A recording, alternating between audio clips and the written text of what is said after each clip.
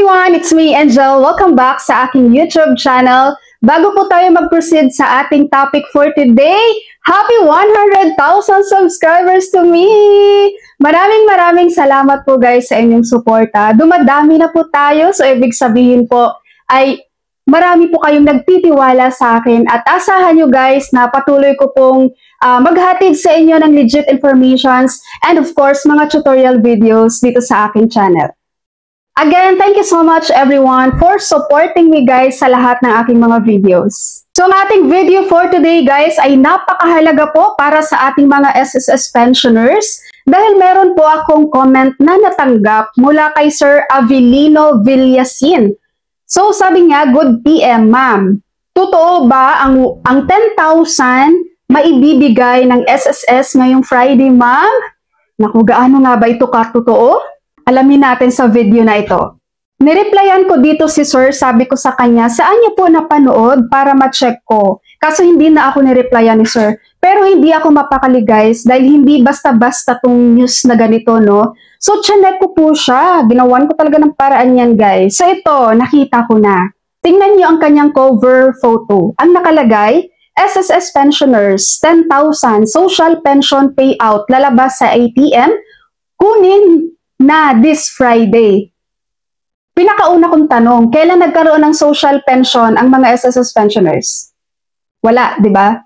So, ibig sabihin, wala pong katotohanan itong video na ito guys, na 10,000 daw para sa inyong mga SSS pensioners. This is fake news. This is misleading information para sa ating mga SSS pensioners. At tingnan nyo guys ha, i-play natin to. Pakinggan nyo po ng mabuti. SSS pensioners ngayong pensioners. Kung ikaw ay umaasa na makatanggap ng iyong social pension, ngayon na ang tamang pagkakataon. Ang SSS ay magsasagawa ng 10K social pension payout at makukuha mo ito diretso sa iyong ATM card. Hindi ito totoo. Please lang, huwag kayong maniwala dito.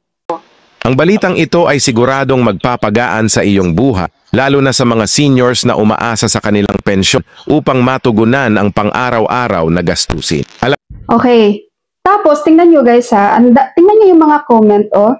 Ako nag-comment na ako dito. Basahin nyo, hoy, tigilan mo yung panloloko mo sa mga senior citizens. Wala bang nagmamahal sa'yo at ganyan ka? Tingnan mo naman guys, ang ibang comment nyo dito. Sinong nakapanood dito, oh? Sana all totoo na, malaking tulong. Bakit kayo basta-basta lang guys maniniwala sa mga ganitong video?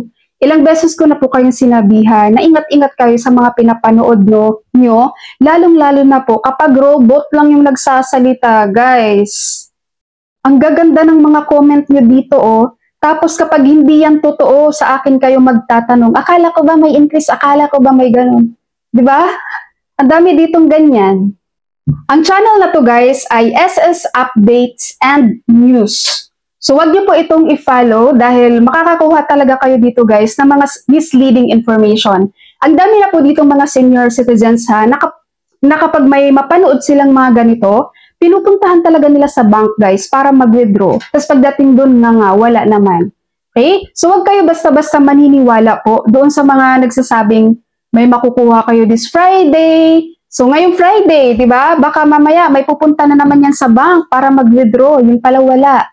Shinare ko naman na dito sa inyo kung ano yung mga channel na dapat iwasan nyo pong panoorin. Kasi makakakuha talaga kayo dun guys ng mga misleading information.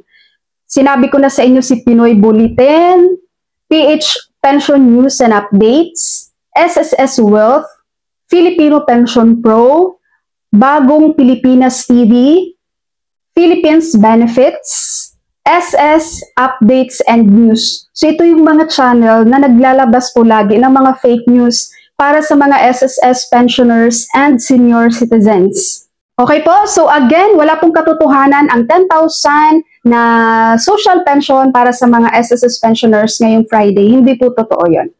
Alright? So that's all for my video for today. Thank you so much for watching everyone. God bless you all.